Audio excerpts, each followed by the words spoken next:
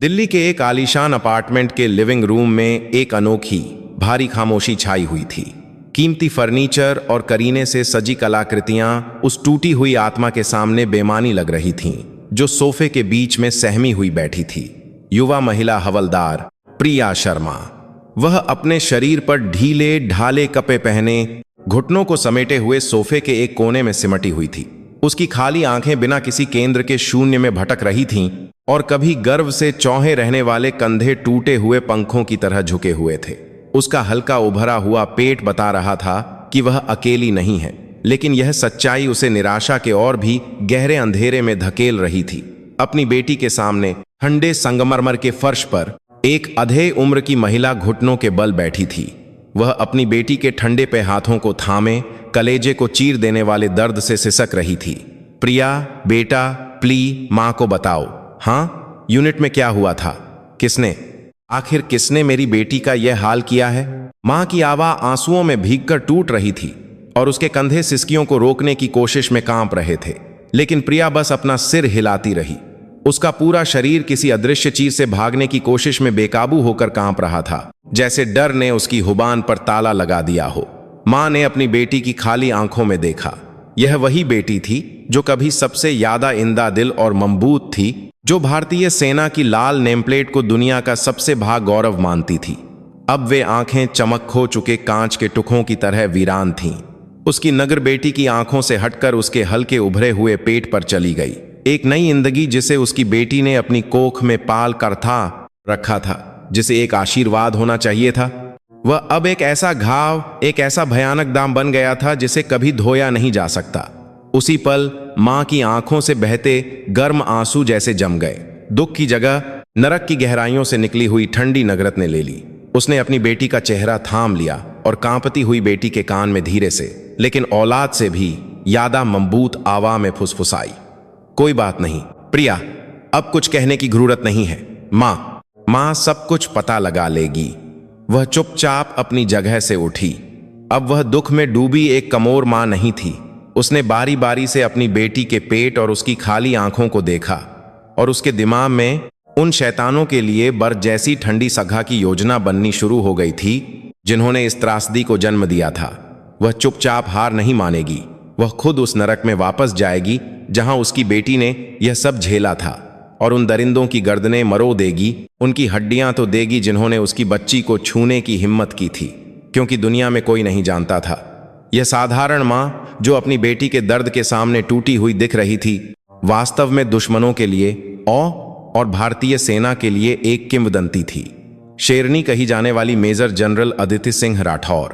प्रतिशोध की प्रस्तावना एक माँ के ऊनी आंसुओं में चुपचाप लिखी जा रही थी। कुछ हफ्ते पहले उत्तरी सीमा पर मीन को हिला देने वाले तोपों के धमाकों के साथ सीमा रेखा की ओर दर्जनों स्मोक ग्रेनेड दागे गए थे। जैसे ही नीले आसमान के नीचे विशाल असॉल्ट जहां के रैंप खुले, राक्षस जैसे बख्तरबंद वाहन BMPs दहाते हुए आगे बढ़े। आसमान में ध्रुव अटैक हेलीकॉप्टर ते मशीनी आवाज करते हुए आगे बबलबलक सा रहे थे, और मीन, आसमान और पानी में युद्ध जैसा माहौल बनाने वाली चीखें और गोलियों की आवाज़ें लगातार गूंज रही थीं। यह भारतीय सेना के दिल की धड़कन जैसा एक बबला सैन्य अभ्यास ऑपरेशन विजय अपने चरम पर था। इस विशाल युद्ध सिम्फनी की कंडक्टर एक महिला थी, जो असॉल्ट जहां के ब्रिज पर सबसे ऊंचे स्थान पर खड़ी थी। कसकर भेंचे हुए होंठ थे, ठोई और गहरी ठंडी आंखें जो युद्ध के मैदान के हर पहलू को भेद रही थीं।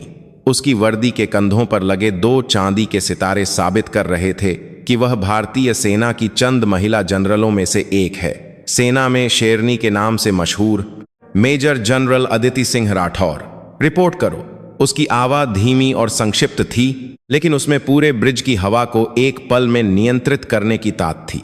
उसकी एक आवाज पर सभी अधिकारी और NCO एनजा एक साथ हरकत में आ गए। फर्स्ट असॉल्ट वेव, लक्ष्य से 500 मीटर दूर। दुश्मन की तोपों से भारी गोलाबारी, एयर सपोर्ट की जरूरत है। A110 स्क्वाड्रन, दुश्मन की तोप चौकियों को तुरंत नष्ट करो। मेजर जनरल अदिति का आदेश बिना किसी झिझक के था। उसके दिमाग में सीमा का भूभाग, दुश्मन की अनुमानित गोलाबारी और अपने सैनिकों की स्थिति एक तीनड़ी नक्शे की तरह छपी हुई थी। उसका हर ऐसला दशकों तक युद्ध के मैदानों में ऊन और पसीने से हासिल की गई सहज वृत्ति और सटीक गणना का परिणाम था। वह अपने अधीनस्थों के लिए सम्मान और दुश्मनों के लिए औह का दूसरा नाम थी। लैंडिंग सफल, ब्रिजहेड सुरक्षित। ऑपरेशन की सफलता की रिपोर्ट आने पर ब्रिज में मौजूद अधिकारियों ने राहत की सांस ली, लेकिन अदिति के चेहरे पर अब भी कोई भाव नहीं था। वह दूरबीन से सीमा को देख रही थी। उसके लिए अभ्यास ही असली युद्ध था और एक भी सैनिक का घायल होना उसकी नग्र में हार के बराबर था। तभी उसके पीछे से एक सहायक ने दबी आवाज में कहा, मैम, हेडक्वार्टर से एक संदेश है, यह निजी है। अदिति ने त्योरियां छाकर सहायक के हाथ से काग लिया। इस अभ्यास के बीच में उसका निजी संदेश आना कोई अच्छा संकेत नहीं था। उसने काग खोला। उस पर उसकी इकलौती बेटी 3rd ब्रिगेड में तैनात हवलदार प्रिया शर्मा के बारे में लिखा था। हवलदार प्रिया शर्मा, व्यक्तिगत कारणों से समय से पहले सेवानिवृत्ति का अनुरोध, आज से सेवानिवृत्ति का आदेश स्वीकृत। समय से पहले सेवानिवृत्ति, व्यक्तिगत कारण, ये शब्द उसकी आंखों में चुभ गए। दुनिया जैसे रुक गई थी। प्रिया, जो सेना की वर्दी पहनने पर सबसे ज्यादा गर्व करती थी, बचपन से ही वह अपनी मां के नक्शेकदम पर चलकर सैनिक बनने के गीत गाती थी और मुश्किल ट्रेनिंग को बेहतरीन अंकों से पूरा करके कमीशन लिया था। वही बेटी बिना किसी सूचना के वर्दी उतार रही थी। अभ्यास जारी रखो, मैं कुछ देर के लिए जा रही हूं, उसने बिना लखाए आदेश दिया और ब्रिज से बाहर निकल गई। लेकिन बंद दरवाजे के पीछे वह पहली बार लखाई। उसका औलादी दिल टूट रहा था। कुछ दिनों बाद वर्दी उतारकर घर लौटी प्रिया पूरी तरह से बदल चुकी थी। जो त्वचा कभी धूप में स्वस्थ रूप से सांवली थी, वह पीली पक गई थी, और जो आंखें कभी आत्मविश्वास से भरी थीं, वे खाली हो चुकी थीं। उसने मां के किसी भी सवाल का कोई जवाब नहीं दिया।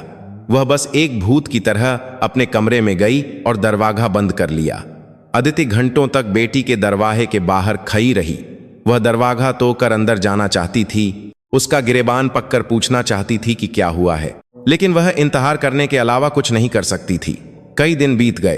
प्रिया खाने के समय भी कमरे से बाहर नहीं निकलती थी।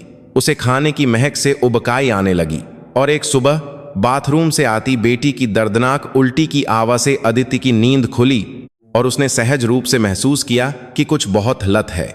वह भागकर केमिस्ट की दुकान गई और एक प्रेगनेंसी टेस्ट किट ले आई और उसे बेटी के कमरे के दरवाजे के सामने रख दिया। 1 घंटे बाद कुएदान में मिले टेस्ट किट पर 2 साल लकीरें थीं। दुनिया ढह गई।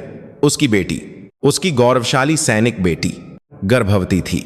लेकिन बेटी का हाल एक नई जिंदगी को जन्म देने की खुशी से कोसों दूर था। वह एक ऐसे अपराधी की तरह लग रही थी जिसे मौत की सख्सा सुनाई गई हो। उस रात अदिति अपनी बेटी के कमरे में गई। वह बिस्तर पर सिमटी हुई लेटी बेटी के पास बैठ गई। प्रिया, उसकी आवाज कांप रही थी। बताओ, कौन है? बच्चे का पिता कौन है? प्रिया ने जवाब देने के बजाय सिर हिलाया। उसका शरीर दौरे की तरह कांपने लगा। डरी हुई आंखों से आंसू बारिश की तरह बहने लगे।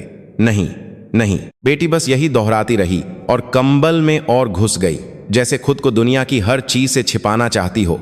उस दर्दनाक छटपटाहट में अदिति ने भयानक सच्चाई का एक टुकड़ा देखा।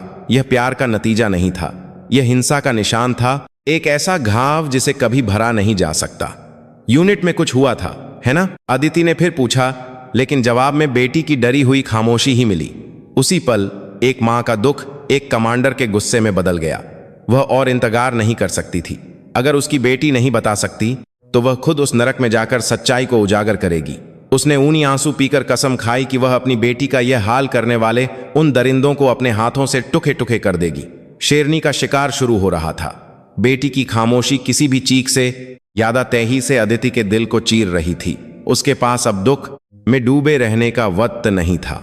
एक मां की सहज वृत्ति और एक कमांडर की फौर्यता एक साथ उसके अंदर जाग उठी। उसे अपनी हर चीज दांव पर लगाकर इस मामले की सच्चाई का पता लगाना था। अगली सुबह वह ऐसे तैयार हुई जैसे कुछ हुआ ही न हो और अपनी वर्दी पहनकर हेडक्वार्टर चली गई। लेकिन उसका दिमाग पहले से ही एक सघन ऑपरेशन की योजना बना रहा था। वह अच्छी तरह जानती थी कि आधिकारिक रास्ते से उसे कुछ भी पता नहीं चलेगा।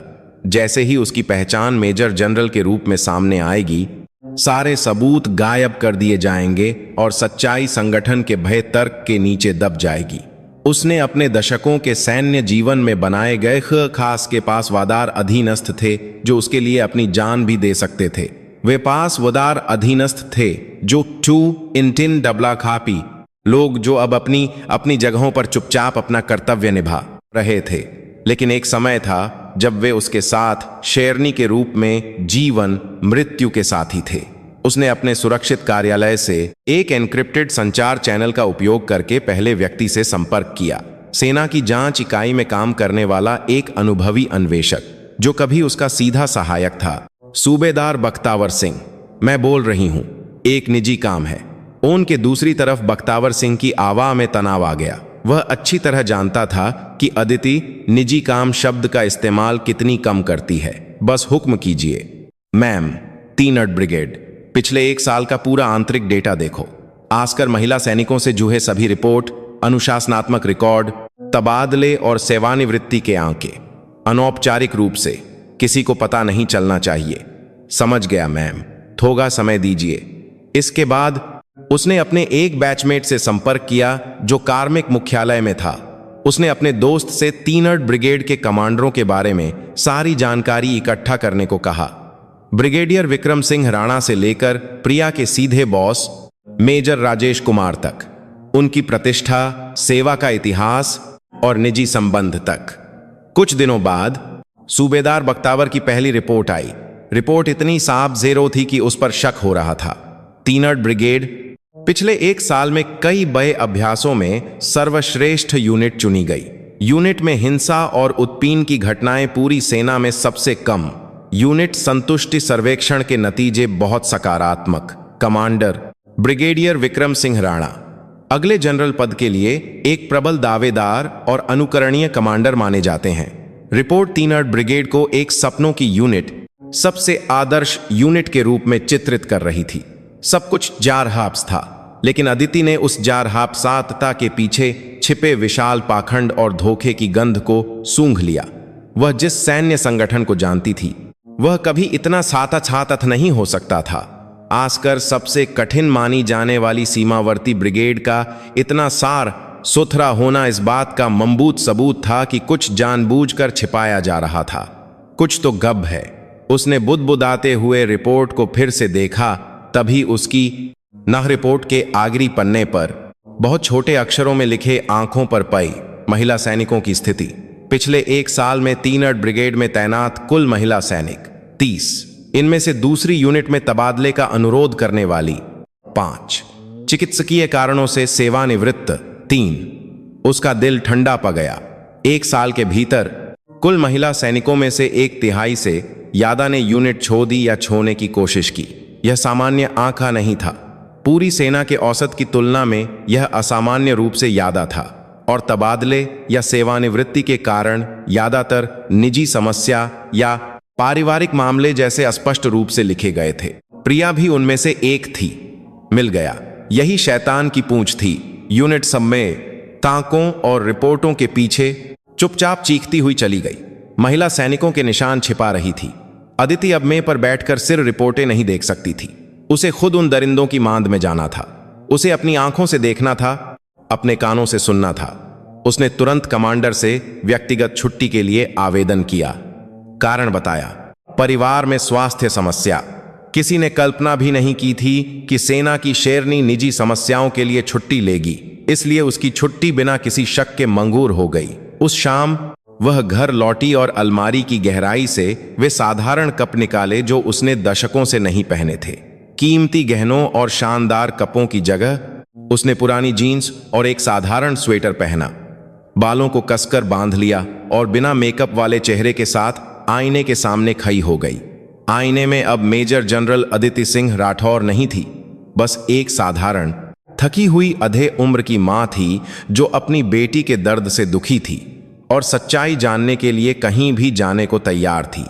वह अपनी बेटी के कमरे में गई और सोती हुई बेटी के चेहरे को कांजी देर तक देखती रही। फिर उसने बेटी के सामान से निकाली हुई अब बिना मालिक की सेना की पहचान टैग को अपनी मुट्ठी में कसकर पक लिया। इंतजार करो बेटी, मां आ रही है। अगली सुबह वह सेना की गाही के बजाय अपनी पुरानी कार खुद चलाकर उत्तरी सीमा की ओर निकल पई। मंगिल थी 3rd ब्रिगेड। उसने यूनिट को पहले ही सूचित कर दिया था कि वह सेवानिवृत्त बेटी का बचा हुआ सामान लेने आ रही एक मां है। जैसे जैसे कार यूनिट के गेट के पास पहुंची, उसका दिल गुस्से से ठंडा पड़ने लगा। वह अब शिकार करने वाली शेरनी नहीं थी। वह अपनी बच्ची को बचाने के लिए खुद भेय की खाल पहनकर भेइयों की मांद में घुसने वाली मां शेरनी थी। उसकी आंखों में एक मां का दुख और एक कमांडर की भेद्यता एक साथ थी, और वह दूर दिख रहे यूनिट के जंग लगे कंटीले तारों को भेद रही थी। तूफान चुपचाप आ रहा था। जब अदिति की पुरानी कार 3rd ब्रिगेड के गेट से गुजरी तो ड्यूटी पर तैनात संतरियों ने कार के अंदर बैठी साधारण अधे उम्र की महिला को लापरवाही से देखा।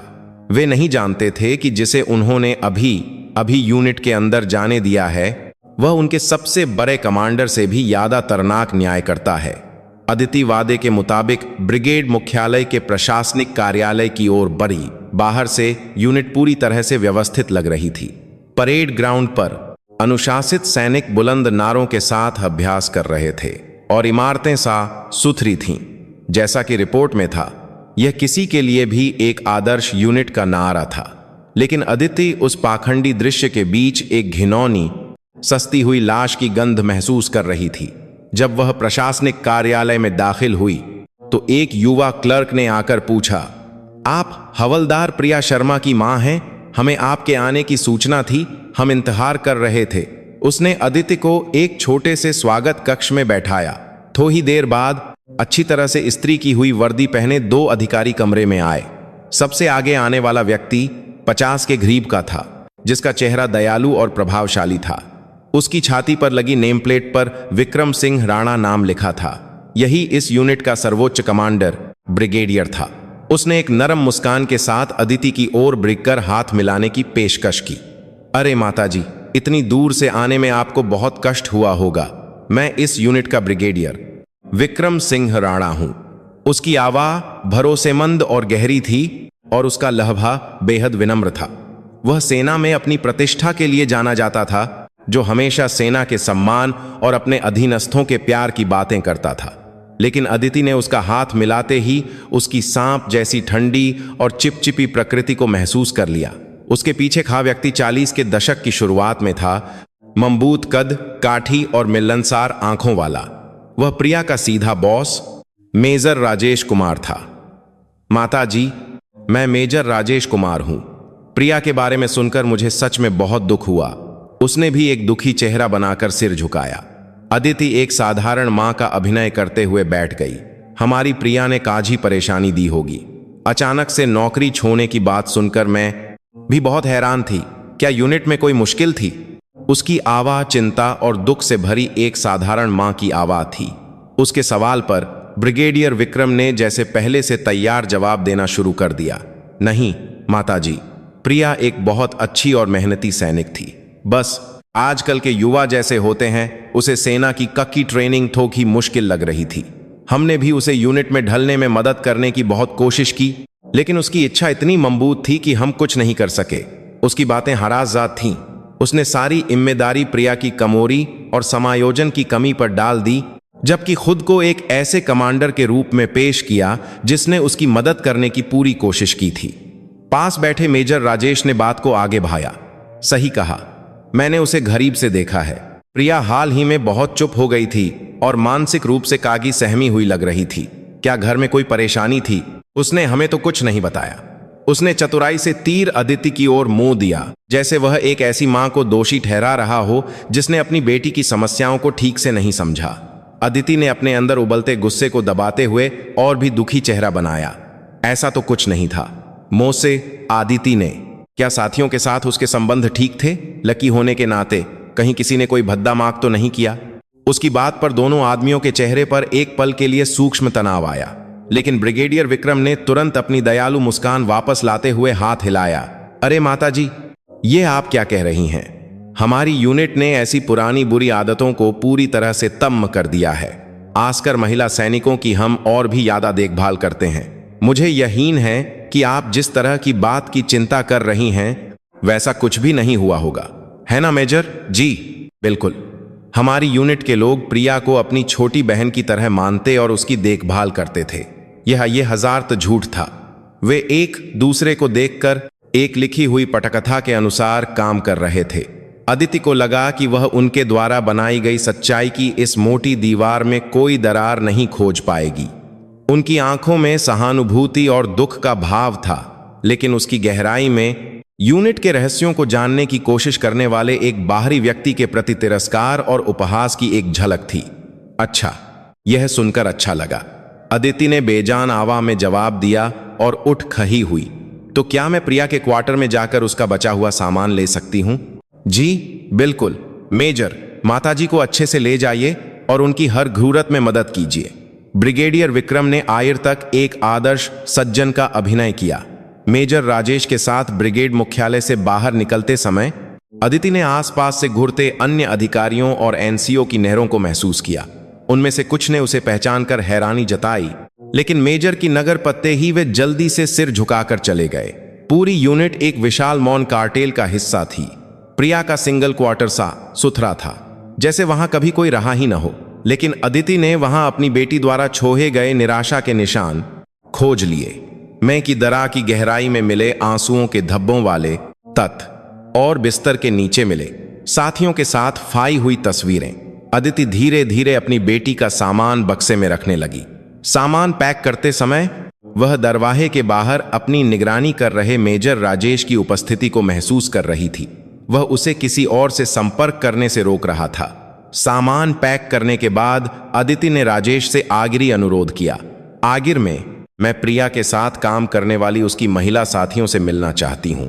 क्या आप उनसे थोड़ी देर के लिए मिलवा सकते हैं? राजेश एक पल के लिए झिझका, लेकिन फिर अपनी मिलसार मुस्कान के साथ बोला, हाँ हाँ बिल्कुल, कुछ लड़कियां पास में ही ट्रेनिंग कर रही हैं, मैं उन्हें बुलाता हूँ।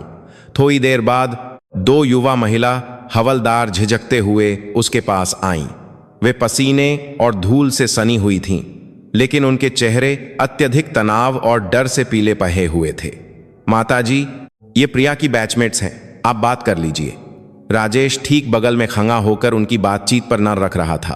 तुम लोग प्रिया की बैचमेट हो, मेरी प्रिया ठीक तो थी? अदिति ने दुखी आवाज में पूछा, और महिला हवलदारों ने जैसे किसी समझौते के तहत एक मशीनी जवाब दिया, जी वह ठीक थी। प्रिया एक अच्छी साथी थी। उनकी आंखें बेचैनी से भटक रही थीं और उनकी नूरें अदिति पर नहीं बल्कि उसके पीछे खड़े मेजर राजेश पर थीं। अदिति ने उनकी आंखों में हमें बचाओ की एक मूक चीख पाई। ठीक है, शुक्रिया। अदिति ने और कुछ नहीं पूछा। इस विशाल दीवार के सामने उसे इल्हाल पीछे हटना था। वह बक्सा उठाकर अपनी कार की ओर बढ़ी। ध्यान से जाइएगा माताजी, प्रिया को भी हमारा सलाम कहिएगा। राजेश ने आयर तक साधारणतः अभिनय करते हुए उसे विदा किया। अदिति कार में बैठकर यूनिट से बाहर निकल गई। रियर व्यू मिरर में दूर होती यूनिट को देखते हुए उसने कसकर भींचे हुए होंठों से धीरे से कहा, इंतजार करो दरिंदों, जब मैं अगली बार आऊंगी तो तुम्हारी खाल उधेड़ने आऊंगी। वह हारी नहीं थी। उसने दुश्मन का चेहरा देख लिया था और यह भी महसूस कर लिया था कि उनकी दीवार कितनी ऊंची और मजबूत है और उस दीवार के पीछे छिपी सच्चाई कितनी भयानक होगी। अब बस उस गौलादी दीवार को गिराने के लिए एक सबसे छोटी सी दरार ढूंढनी थी, और वह जानती थी कि उसे वह दरार कहां मिलेगी। उन्हीं युवा महिला सैनिकों की डरी हुई आंखों में यूनिट से निकलकर अदिति सीधे घर नहीं लौटी। उसकी कार यूनिट से ज्यादा दूर नहीं, एक छोटे से कस्बे के एक पुराने जर्जर गेस्ट हाउस की पार्किंग में रुकी। उसने इसे अपना अस्थायी ठिकाना और ऑपरेशन बेस बनाने का फैसला किया। दुश्मनों की नहरों से बचने के लिए उसे उनके प्रभाव वाले अंधेरे में छिपना था। उसने हार नहीं मानी थी। विक्रम और राजेश की औलादी दीवार के सामने वह पीछे हटने का नाटक कर रही थी, लेकिन उसका दिमाग अगले दम की योजना बना रहा था। वह उन युवा महिला हवलदारों की डरी हुई आंखों को नहीं भूल सकती थी। वही आंखें सच्चाई तक पहुंचने की एकमात्र चाबी थीं। उसे उनसे दोबारा मिलना था। सवाल यह था कि कैसे।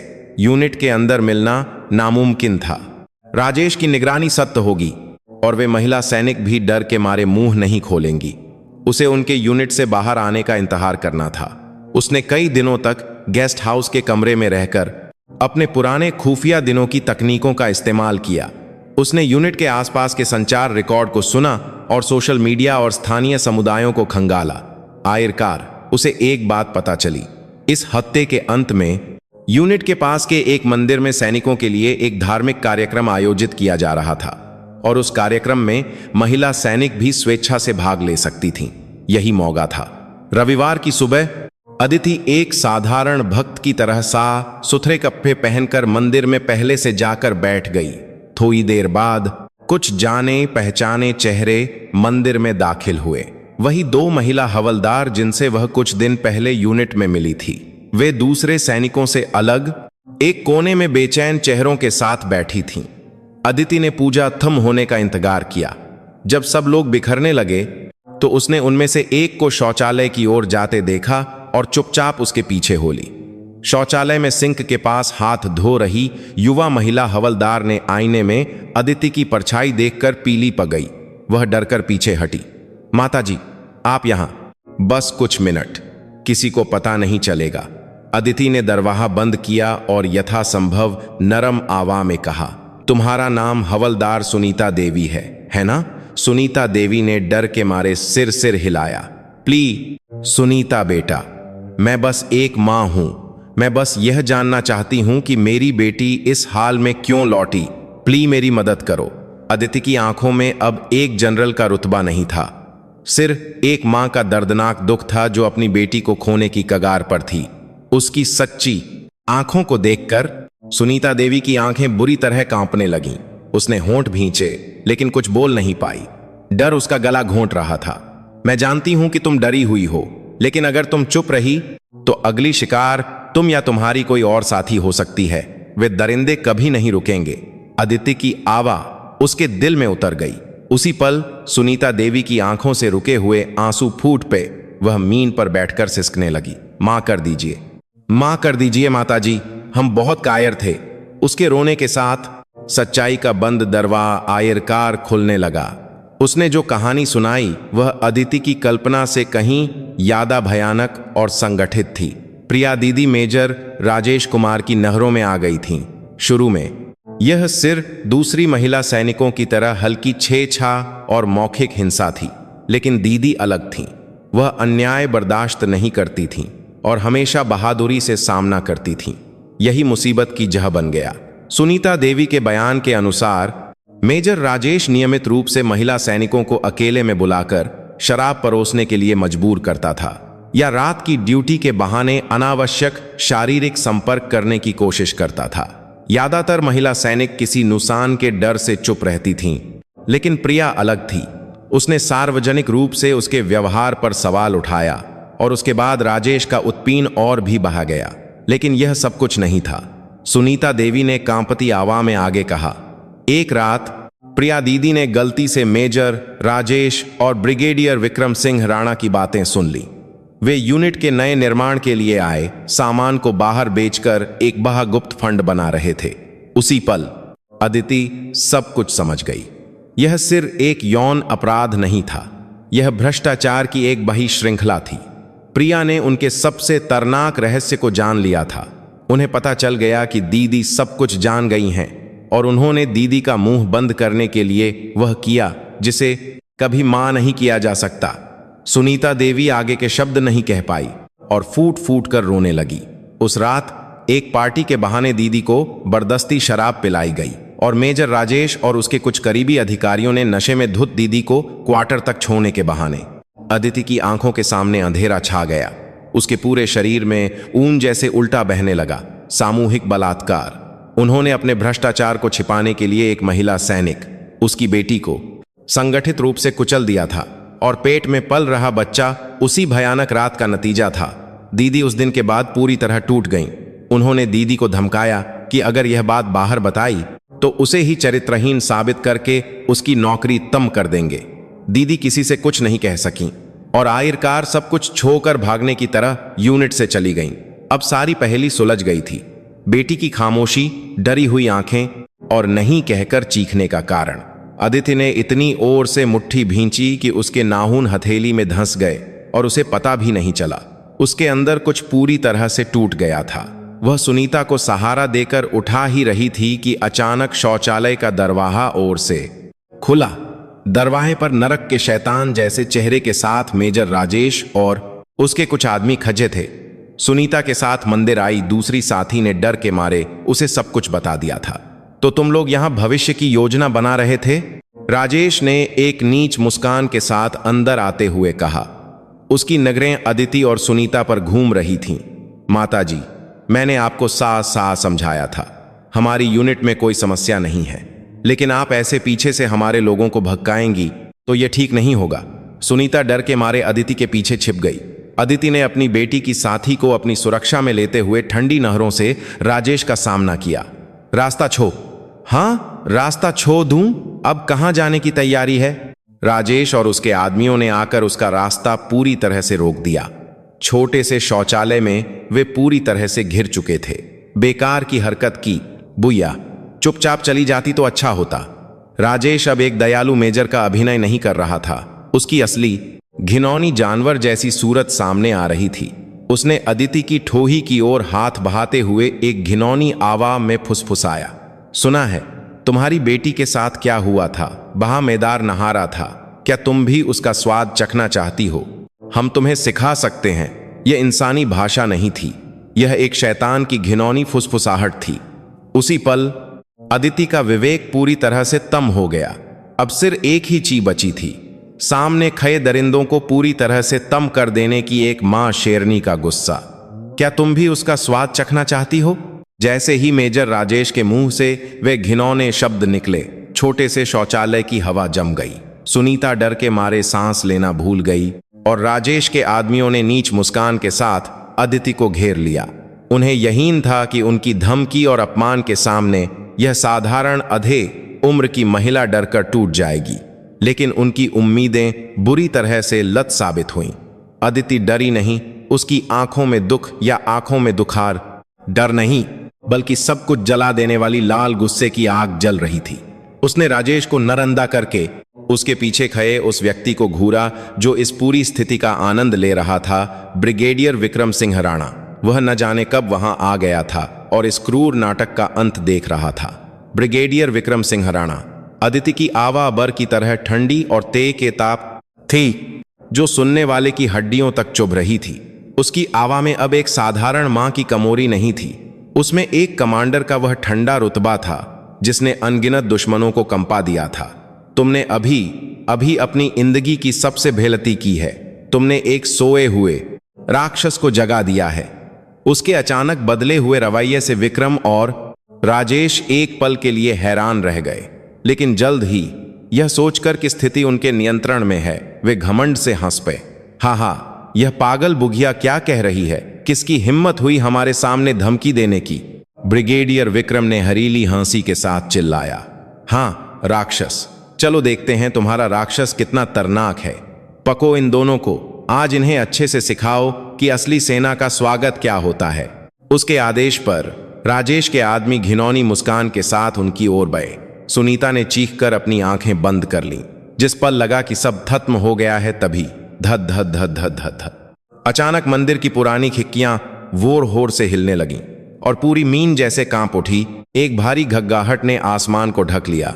यह किसी आम हेलीकॉप्टर की आवाज नहीं थी, यह सेना के मुख्य परिवहन हेलीकॉप्टर Mi-17 की आवाज थी जो युद्ध की शुरुआत की तरह गूंज रही थी। क्या है यह? सब हैरान होकर खिड़की से बाहर देखने लगे। मंदिर की छोटी खिड़की से एक अविश्वसनीय दृश्य दिखाई दे रहा था। मंदिर के सामने के मैदान और परेड ग्राउंड की ओर जाने वाले रास्ते पर सेना के भारी बख्तरबंद वाहन धूल उगाते हुए आ रहे थे। उनके पीछे पूरी तरह से सशस्त्र सैनिक ट्रकों से उतरकर पलक झपकते ही मंदिर के चारों ओर घेरा बना रहे थे। आसमान में एक Mi-17 हेलीकॉप्टर गोंघाता हुआ परेड ग्राउंड के बीच में उतर रहा था। विक्रम और राजेश के चेहरे सईद पक गए। बिना किसी पूर्व सूचना के यह लगभग मार्शल लॉ जैसी स्थिति थी। क्या हो रहा है? यह कौन सी यूनिट है? तुरंत पता करो, विक्रम चिल्लाया। लेकिन तब तक सारे संचार काट दिए गए थे। तभी हेलीकॉप्टर उतरा और उसका दरवाजा खुला और वहां से एक व्यक्ति तेजी से नीचे उतरा। भारतीय सेना की वर्दी पर मौजूद सबसे ऊंचा पद, चमकते हुए 4 सितारे उसके कंधों पर एक पहाड़ की तरह चमक रहे थे। भारतीय थल सेनाध्यक्ष, सेना की जीती जागती किंवदंती। सेनाध्यक्ष हेलीकॉप्टर से उतरते ही बिना इधर उधर देखे जैसे किसी चीज से खींचकर एक दिशा में लगभग दौड़ते हुए आए। उनका चेहरा अत्यधिक गुस्से और अविश्वसनीय सदमे से सख्त था। उनका लक्ष्य था वह पुराना मंदिर। सैन्य पुलिस ने मंदिर का दरवाजा तोड़कर अंदर प्रवेश किया और उनके पीछे सेनाध्यक्ष तूफान की तरह अंदर आए। उन्होंने शौचालय के प्रवेश द्वार पर चल रहे घिनौने टकराव को देखा और एक पल के लिए सांस रोक ली। उनकी नहरों ने जो देखा वह था एक साधारण अधे उम्र की महिला जो उनके ही अधीनस्थों से घिरी हुई थी और धमकी दी जा रही थी, और उसकी पीठ के पीछे छिपी एक डरी हुई युवा महिला हवलदार। सेनाध्यक्ष के चेहरे की मांसपेशियां फ्लाइक उठीं। उन्होंने विक्रम और राजेश को ऐसे घूरा जैसे वे उन्हें खा जाएंगे, और फिर सब कुछ छोड़कर अदिति की ओर भागे। और अगले ही पल परेड ग्राउंड में खड़े सभी सैनिकों और विक्रम, राजेश सहित सभी भ्रष्ट अधिकारियों ने एक ऐसा दृश्य देखा जिस पर वे अपनी आंखों पर विश्वास नहीं कर सके। पूरी भारतीय सेना को आदेश देने वाले सेनाध्यक्ष ने उस साधारण दिखने वाली अधे उम्र की महिला के सामने एक सैनिक के रूप में सबसे साथ और अनुशासित तरीके से सैल्यूट किया। उनकी आवाज गुस्से, हैरानी और अनकहे भावों से कांप रही थी। मेजर जनरल राठौर, मैम आप यहां कैसे? क्या हुआ है? Major general Rathore. वही एक शब्द मौत की साहा थी। विक्रम और राजेश के दिमाग ने उस जानकारी को स्वीकार करने से इनकार कर दिया। उनकी आंखें जैसे भूकंप से हिल गईं। मेजर जनरल राठौर, सेना की किंवदंती शेरनी, जिसे वे कुछ देर पहले पागल बुगिया कहकर मां को गा रहे थे और धमकी दे रहे थे, वह वही थीं जिनका सम्मान खुद सेनाध्यक्ष भी कर रहे थे। विक्रम के पैर लखा गए और वह वहीं मीन पर बैठ गया। राजेश का चेहरा राख जैसा हो गया और वह समझ नहीं पा रहा था कि क्या हो रहा है, बस बुदबुदा रहा था। ये नहीं हो सकता। उनका घमंडी साम्राज्य सच्चाई के एक शब्द के सामने रेत के महल की तरह ढह गया। असल में यह सब अदिति का आखिरी दांव था। मंदिर आने से पहले उसने अपनी जान दांव पर लगाकर एक आखिरी जुआ खेला था। उसने सेनाध्यक्ष को सिर्फ एक पंक्ति का गुप्त संदेश भेजा था, 3rd ब्रिगेड में आंतरिक दुश्मन, तत्काल सहायता की आवश्यकता, मेरी जान तरे में है शेरनी। सेनाध्यक्ष ने उसका संकेत मिलते ही बिना एक पल की झिझक के खुद अपनी सबसे जिंगिंग टुकी लेकर वहां आ गए थे। अदिति ने सेनाध्यक्ष का सैल्यूट स्वीकार करते हुए अपनी पीठ के पीछे छिपी सुनीता को धीरे से आगे किया। सेनाध्यक्ष महोदय, यह मेरा निजी मामला नहीं है। उसकी आवाज फिर से एक कठोर कमांडर की आवाज में बदल गई थी। आपको इस बच्ची की कहानी और मेरी बेटी की कहानी सुननी होगी। यह यूनिट जा से सम चुकी है। सेनाध्यक्ष ने सुनीता के डरे हुए चेहरे और अदिति की गुस्से से जलती आंखों को बारी बारी से देखा। वे सब कुछ समझ गए। उनके कमान के तहत एक यूनिट में एक ऐसा भयानक अपराध हुआ था जिसकी वे कल्पना भी नहीं कर सकते थे, और उन अपराधियों ने सेना की जीती जागती किंवदंती को छूने की हिम्मत की थी। उनके चेहरे से सारे भाव गायब हो गए और सिर्फ नरक का गुस्सा बचा था। उन्होंने पीछे मुक्कर राख जैसे चेहरों वाले विक्रम और राजेश की ओर मीन हिला देने वाली आवाज में चिल्लाया, जानवर से भी बदतर कमीनों, तुरंत इन सब की वर्दी फाड़ दो और सबको गिरफ्तार करो। अब से मैं खुद इस कचरे के ढेर को सा करूंगा। न्याय का हथौड़ा आखिरकार सबसे ऊंची जगह से बरसने लगा था। कोई भी तात अपनी बच्ची को खो चुकी मां शेरनी के गुस्से और अपमानित सेनाध्यक्ष के औलादी प्रहार को नहीं रोक सकती थी। नरक का दरवाजा आखिरकार उनके सामने खुल गया था। सेनाध्यक्ष का गुस्से से भरा आदेश गगगाहट की तरह था। उनके आदेश मिलते ही मंदिर के चारों ओर घेरा डाले हुए सैन्य पुलिस और विशेष बल के जवान एक साथ अंदर घुस आए। उनके दमों में कोई झिझक या दया नहीं थी, सिर्फ अपने सर्वोच्च कमांडर के आदेश का पालन करने वाली गौलादी मशीनें थीं। हिलो मत, सब अपने हाथ ऊपर करो और घुटनों के बल बैठ जाओ। सैन्य पुलिस ने ब्रिगेडियर विक्रम, मेजर राजेश और उनके आदमियों पर बंदूकें तान दी। कुछ देर पहले तक जो खुद को परम शक्तिशाली समझ रहे थे, वे आदौ इन तात के सामने बेबस होकर ढह गए। सर, यह एक लतहमी है। ब्रिगेडियर विक्रम ने राख जैसे चेहरे के साथ घिघाते हुए सहाय देने की कोशिश की, लेकिन सेनाध्यक्ष उसकी बात सुनने के मूड में नहीं थे। चुप रहो, घिनौने किए। सेनाध्यक्ष ने तिरस्कार पूर्वक उसके पास से घुरते हुए सैन्य पुलिस के प्रमुख को आदेश दिया, इनके कंधों पर लगे रैंक तुरंत अपने हाथों से फाड़ो। ये अब भारतीय सेना के सैनिक नहीं हैं। सैन्य पुलिस प्रमुख ने आगे बढ़कर विक्रम के कंधे पर लगे ब्रिगेडियर के रैंक को बेरहमी से फाड़ दिया। एक चरमराहट की आवाज के साथ उसका जीवन भर का कमाया हुआ सम्मान और गौरव भी फट गया। उसने गौली आंखों से अपने कंधे को देखा। मेजर राजेश और दूसरे अधिकारियों का भी यही हश्र हुआ। उनकी शानदार वर्दी अब किसी कैदी के कपों से कम नहीं थी। सबको ले जाओ, एक भी नहीं बचना चाहिए। उन्हें जानवरों की तरह घसीटकर बाहर ले जाया गया। उन्हीं महिला सैनिकों के सामने जिन्हें वे इतना तुच्छ समझते और कुचलते थे, सबसे दयनीय और अपमानजनक तरीके से। मंदिर की खिड़की से परेड ग्राउंड पर कतार में सैकड़ों सैनिकों ने अपने ब्रिगेडियर और कमांडरों को सैन्य पुलिस द्वारा घसीटे जाने का चौंकाने वाला दृश्य आमोशी से देखा। उनकी यूनिट का दिल उनकी आंखों के सामने सककर टुखे टुखे हो रहा था। सभी मुख्य अपराधियों को ले जाने के बाद सेनाध्यक्ष ने अदिति और उसकी पीठ के पीछे अभी भी कांप रही सुनीता से बात की। उनके चेहरे से गुस्सा उतर चुका था और उसकी जगह गहरी पीझा और शर्मिंदगी ने ले ली थी। मैम, और फिर उन्होंने सुनीता की ओर झुककर कहा, मुझे बहुत अफसोस है। मुझे बिल्कुल नहीं पता था कि मेरी कमान के तहत एक यूनिट में इतना भयानक काम हो रहा था। यह सब मेरी नाकामी है। मैं भारतीय सेना का अध्यक्ष, एक सैनिक के तौर पर तुम सबसे तहे दिल से माही मांगता हूं। सर्वोच्च कमांडर की सच्ची माही पर सुनीता के रुके हुए आंसू फूट पिए। यह डर के आंसू नहीं थे, बल्कि पहली बार अपने दर्द को समझने वाले एक अधिकारी के सामने राहत और दुख के आंसू थे। अदिति ने उसका कंधा थपथ पाते हुए सेनाध्यक्ष से कहा, यह आपकी गलती नहीं है सर। यह यूनिट बहुत लंबे समय से सिक रही थी और पीड़ित सिर यह बच्ची और मेरी बेटी नहीं होंगी। उसकी बात पर सेनाध्यक्ष की आंखें फिर से ठंडी हो गईं। आप सही कह रही हैं मैम, अब इस कचरे के ढेर को जब से सा करना होगा। उन्होंने तुरंत अपने सहायक को बुलाया। तुरंत सेना मुख्यालय के सीधे नियंत्रण में इतिहास की सबसे बड़ी विशेष संयुक्त जांच दल का गठन करो। जांच, निगरानी, कानूनी, कार्मिक और यौन उत्पीड़न के विशेषज्ञ जितने भी लोगों को जुटा सकते हो जुटाओ। और फिर उन्होंने अदिति को देखा। उनकी आंखों में अटूट विश्वास था। इस संयुक्त जांच दल की कमान पूरी तरह से मेजर जनरल अदिति सिंह राठौर को सौंपी जाती है। उनका ऐसला सेनाध्यक्ष का ऐसला होगा। उन्हें सभी आवश्यक अधिकार दिए जाएंगे। एक भी संबंधित व्यक्ति को छोड़े बिना सबको मेरे सामने लाओ। यह एक अभूतपूर्व आदेश था। एक मौजूदा ब्रिगेड में हुई घटना को किसी दूसरे यूनिट के जनरल को, वह भी पीड़ित की मां को, पूरी तरह से सौंपना। लेकिन सेनाध्यक्ष जानते थे इस गहरे और घिनौने मामले को सुलझाने वाली एकमात्र व्यक्ति शेरनी अदिति सिंह राठौर ही थीं, जिनके पास एक कमांडर की व्यथा और एक मां का गुस्सा दोनों थे। अदिति ने खामोशी से सिर हिलाया। उसकी आंखें अब बदले से आगे बढ़कर इस सचे हुए सिस्टम को ही बदलने के दृढ़ संकल्प से जल रही थीं। उस दोपहर 3 ब्रिगेड में लगभग मार्शल लॉ लागू हो गया। मेजर जनरल अदिति के नेतृत्व में संयुक्त जांच दल ने पूरी यूनिट को अपने नियंत्रण में ले लिया। सभी कमांडरों को उनके पदों से हटा दिया गया और यूनिट के सभी प्रशासनिक दस्तावेज, कंप्यूटर और संचार रिकॉर्ड जब्त कर लिए गए।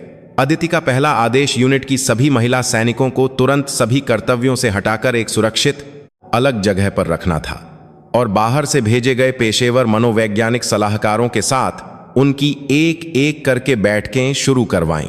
उसने किसी भी अतिरिक्त नुकसान या दूसरी बार के उत्पीड़न को होने से पहले ही रोक दिया।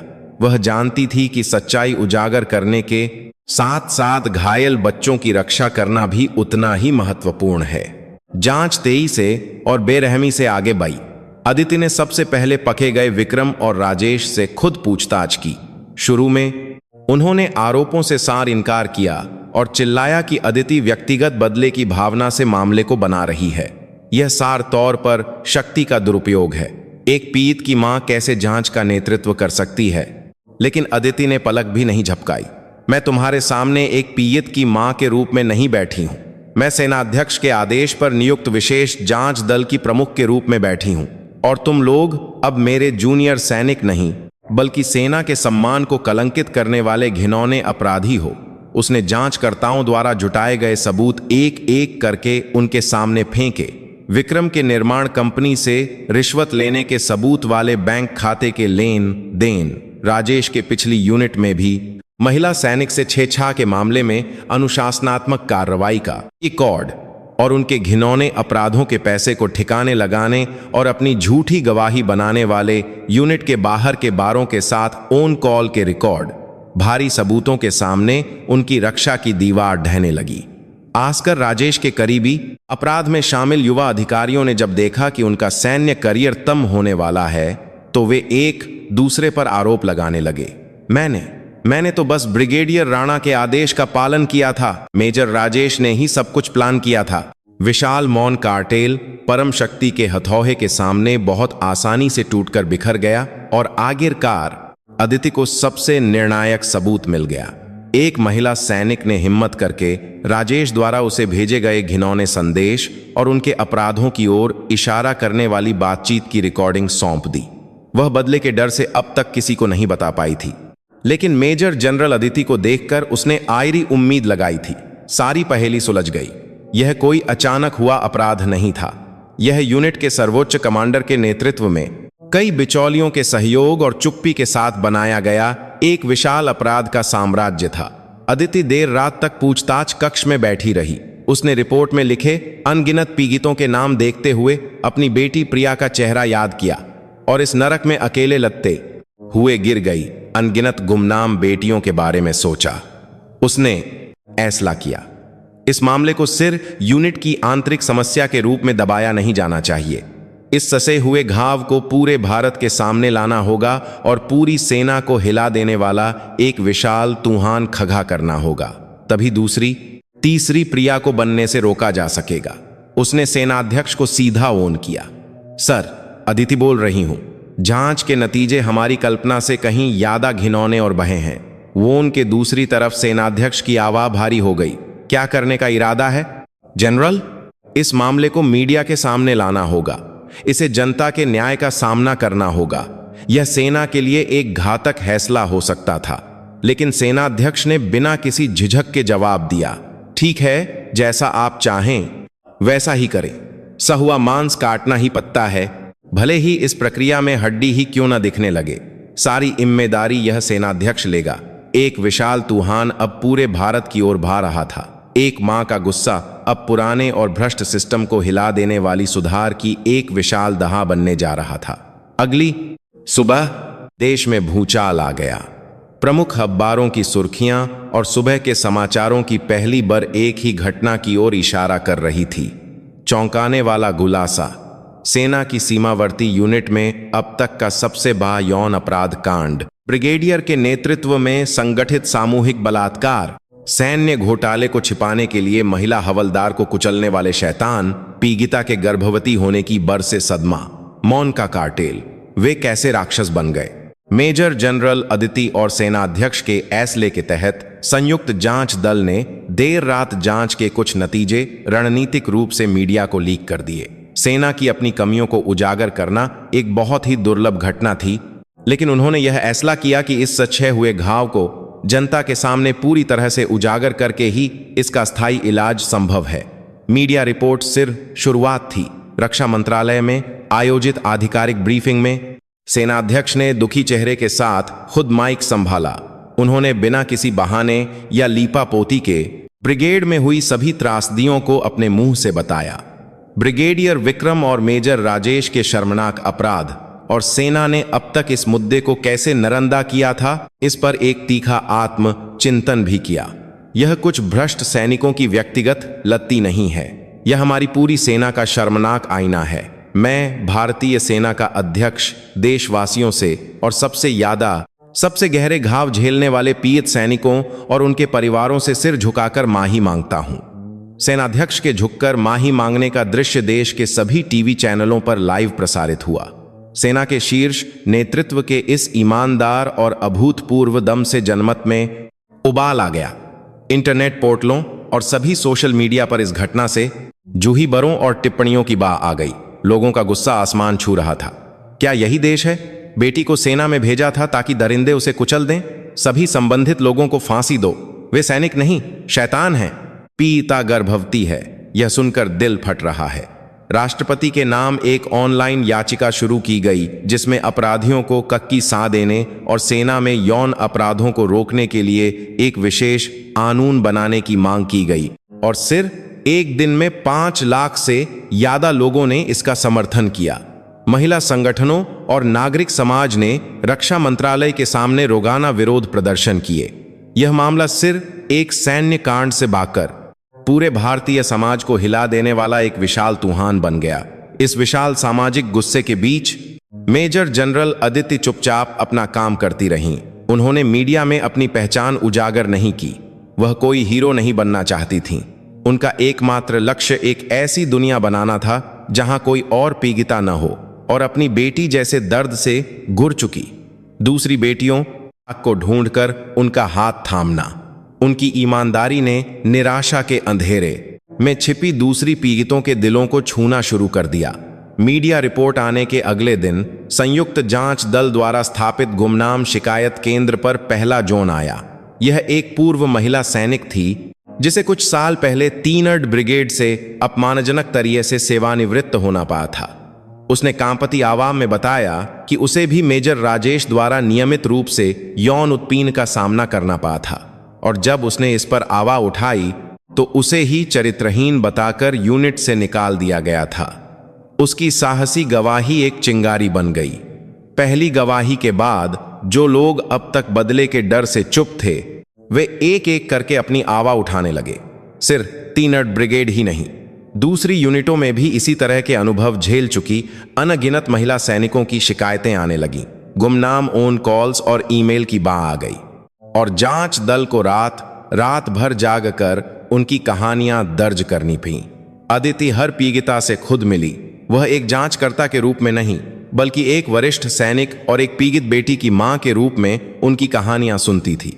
उसने उनके हाथ थामे, उनके साथ रोई और वादा किया कि वे अकेली नहीं हैं, अब सेना उनकी रक्षा करेगी।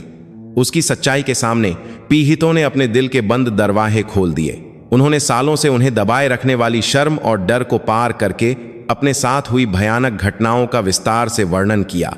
छेड़छाड़, यौन उत्पीड़न, मौखिक हिंसा, अनुचित कार्य आदेश, और यहां तक कि बलात्कार जिसे वे शब्दों में भी बयां नहीं कर सकती थीं। सेना जैसे बंद समाज में सिर्फ एक महिला होने के कारण उन्हें जो भेदभाव और हिंसा झेलनी पड़ी, उसकी सच्चाई परत दर परत सामने आ रही थी। गवाहियां चौंकाने वाली थीं। किसी ने बताया कि अधिकारी की शराब पार्टी में शामिल होने से इनकार करने पर उसे सिर्फ रात की संतरी ड्यूटी दी जाती थी। किसी ने बताया कि पार्टियों में उसे बर्दस्ती नाचने और गाने के लिए मजबूर किया जाता था, और महिलाएं इसीलिए किसी काम की नहीं होती जैसे अपमानजनक शब्द तो रोमर्रा की बात थी। सभी गवाहियों को रिकॉर्ड किया गया, और वे विक्रम और राजेश के अलावा अतिरिक्त आरोपों को साबित करने के लिए मजबूत सबूत बन गईं। उनके अपराधों की सूची बढ़ती ही जा रही थी। वे सिर्फ भ्रष्ट सैनिक नहीं थे, बल्कि वे राक्षस थे जिन्होंने सालों तक अनगिनत अधीनस्थों की आत्मा को कुचला था। मामले की गूंज संसद तक पहुंची। रक्षा समिति ने एक आपातकालीन सुनवाई बुलाई जिसमें सेनाध्यक्ष और रक्षा मंत्री को खुद पेश होना पड़ा। विपक्षी सांसदों ने सेना की अक्षमता और बंद संस्कृति की आलोचना करते हुए सभी संबंधित लोगों को तत्काल बर्खास्त करने की मांग की। सरकार और सत्ता पक्ष भी अब इस स्थिति को नैरंदा नहीं कर सकते थे। राष्ट्रपति ने राष्ट्र के नाम एक संबोधन में सेना में यौन अपराधों को समाप्त करने के लिए एक विशेष टास्क फोर्स बनाने का निर्देश दिया। इस पूरी सामाजिक उथल पुथल के केंद्र में अदिति चुपचाप तूफान का नेतृत्व कर रही थी। वह अपनी बेटी प्रिया को रोगोन करती थी। प्रिया, खाना खाया?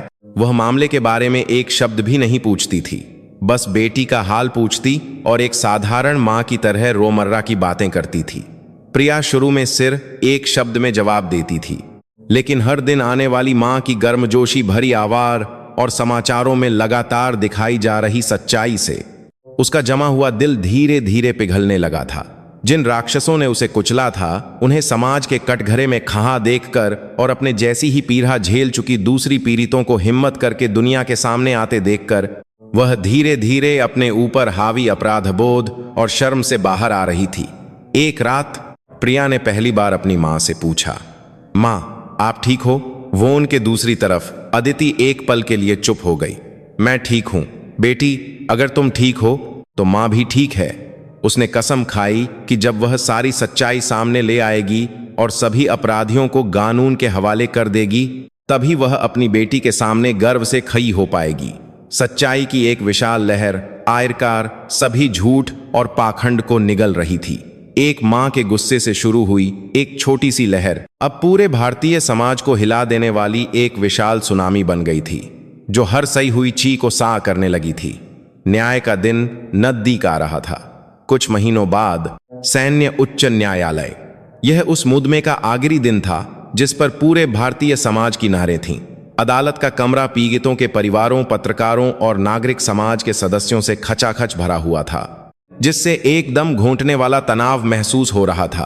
कटघरे में वर्दी की जगह कैदियों के कपड़े पहने विक्रम सिंह राणा, राजेश कुमार और तीनड़ ब्रिगेड के अन्य पूर्व अधिकारी सिर झुकाए बैठे थे।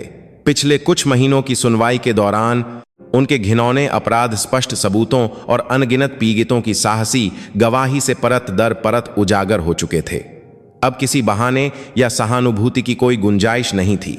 न्यायाधीश अपनी जगह से उठे और भारी आवाज में बोलना शुरू किया। उनकी आवाज पूरे कोर्टरूम में गंभीरता से गूंजी। अभियुक्त विक्रम सिंह राणा ने एक सैन्य कमांडर के रूप में अपने कर्तव्य को भूलकर अपनी स्थिति का दुरुपयोग करके सैन्य आपूर्ति में घोटाला किया और इसे छिपाने के उद्देश्य से अधीनस्थ सैनिक के साथ सामूहिक यौन हिंसा का आदेश दिया, जो एक अमानवीय अपराध है। अभियुक्त राजेश कुमार, न्यायाधीश ने प्रत्येक अभियुक्त के अपराधों को एक एक करके गिनाया। उनके द्वारा किए गए अपराध सिर्फ अपराध नहीं थे, यह देश के साथ विश्वासघात था, सेना के सम्मान पर एक धब्बा था और अपने अधीनस्थों की आत्मा को कुचलने वाला एक अक्षम्य पाप था। आयरकार, न्यायाधीश ने फैसला सुनाया। अतः अदालत अभियुक्त विक्रम सिंह राणा को सैन्य कानून के तहत सैन्य खाजार मौत की सजा और अभियुक्त राजेश कुमार को आजीवन कारावास की सजा सुनाती है। मौत की सजा, आजीवन कारावास। अदालत का चार हारा का फैसला सुनते ही कटघरे में ची पुकार और रोना धोना मच गया। लेकिन दर्शक दीर्घा में बैठे पीत और उनके परिवार चुपचाप एक दूसरे को गले लगाकर रो रहे थे। बहुत देर हो चुकी थी, लेकिन आयरकार न्याय हुआ था। मेजर जनरल अदिति अदालत में सबसे पीछे साधारण कफों में बैठी शांत भाव से यह सब देख रही थीं। उनकी आंखें लाल थीं, लेकिन वह रोई नहीं। यह ऐतिहासिक फैसला अंत नहीं था, यह एक शुरुआत थी।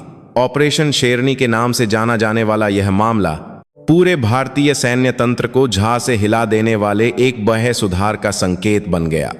राष्ट्रपति के सीधे नियंत्रण में एक सैन्य संस्कृति सुधार समिति का गठन किया गया और सेना में यौन हिंसा को रोकने के लिए एक विशेष कानून संसद में सर्वसम्मति से पारित हुआ।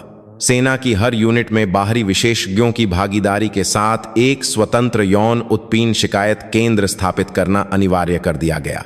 अपराधियों के लिए साथ के भागीदारी के साथ पहले से कहीं ज्यादा सख्त कर दी गई और पीड़ितों की सुरक्षा के लिए ठोस कार्यक्रम बनाए गए।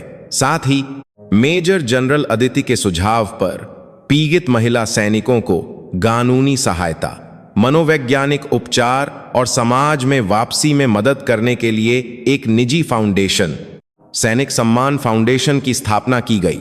अनगिनत नागरिकों के स्वैच्छिक दान से यह फाउंडेशन घायल लोगों के लिए एक मजबूत सहारा बन गया।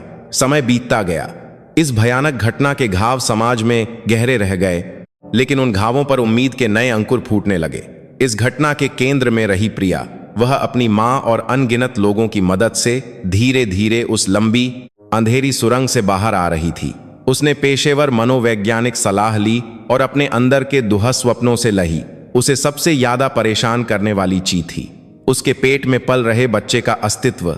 बच्चे को देखते ही उसे वह भयानक रात याद आती और दर्द होता, लेकिन साथ ही उसे अपने जैसे ही घायल एक छोटे से जीवन के प्रति दया और ममता भी महसूस होती। अदिति ने एक बार भी अपनी बेटी से बच्चा गिराने के लिए नहीं कहा। तुम जो भी फैसला करोगी, मां तुम्हारे साथ है। तुम कोई भी फैसला करो, तुम हमेशा मेरी गौरवशाली बेटी रहोगी। मां के अटूट समर्थन के साथ प्रिया ने आखिरकार फैसला किया। उसने बच्चे को जन्म देने का फैसला किया और दुनिया के हर पूर्वाग्रह का सामना करते हुए इस बच्चे को मजबूत और महान बनाने की कसम खाई। वह अब एक त्रासदी की शिकार नहीं थी, वह एक मजबूत सिंगल मदर थी जिसने अपने घावों को गले लगाकर एक नई जिंदगी की जिम्मेदारी उठाने का फैसला किया था।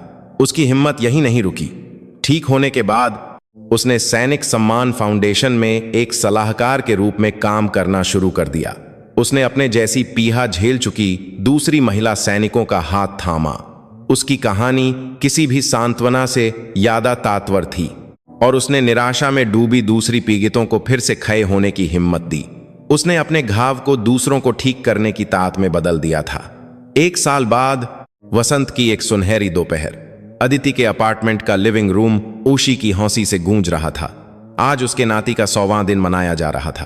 अरे मेरा बच्चा, नानी को देखो। अदिति ने वर्दी की जगह एक सुंदर साड़ी पहनी हुई थी और अपनी गोद में छोटे से बच्चे को देखकर खिलखिलाकर हंस रही थी। शेरनी की तेनेरें कहीं नहीं थीं, सिर्फ अपने नाती पर प्यार लुटाने वाली एक साधारण नानी की ममतामयी मुस्कान थी। बच्चा अपनी नानी की गोद में उसी से मुस्कुरा रहा था। प्रिया शांत मुस्कान के साथ यह दृश्य देख रही थी। उसके चेहरे पर अब अतीत की कोई परछाई नहीं थी।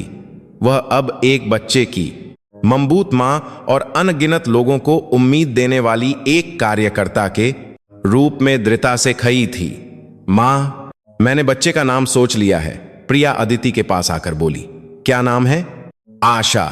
निराशा में भी उम्मीद न खोने का प्रतीक। अदिति ने अपने नाती के छोटे से चेहरे को देखते हुए धीरे से फुसफुसाया। हाँ, आशा, बहुत अच्छा नाम है। गर्म धूप खिड़की से लिविंग रूम में आ रही थी। वह धूप उन तीनों, नानी, मां और एक नई जिंदगी को धीरे से अपने आहोश में ले रही थी। निराशा की गहरी राख से उन्होंने आखिरकार एक दूसरे को सहारा देकर उम्मीद का सबसे चमकीला फूल खिलाया था। एक मां थी, उसने अपनी बेटी की भयानक त्रासदी को एक सचे हुए विशाल सिस्टम को बदलने की तात में बदल दिया। एक पीड़ित के आंसू अनगिनत दूसरे पीड़ितों के आंसू पोंछने वाली एक नदी बन गए। हम कभी कभी असहनीय सच्चाइयों का सामना करते हैं और निराशा के गहरे अंधेरे में ऐद हो जाते हैं। ऐसे में हम रोशनी कहां से पाएं? शायद वह रोशनी बहुत दूर नहीं, बल्कि एक दूसरे के घावों पर मरहम लगाने और निराशा में भी एक दूसरे का हाथ न छोड़ने वाले हमारे दिलों में ही है। इस बहादुर माँ और बेटी की कहानी पर आपके विचार और समर्थन के संदेश नीचे कमेंट में जरूर लिखें।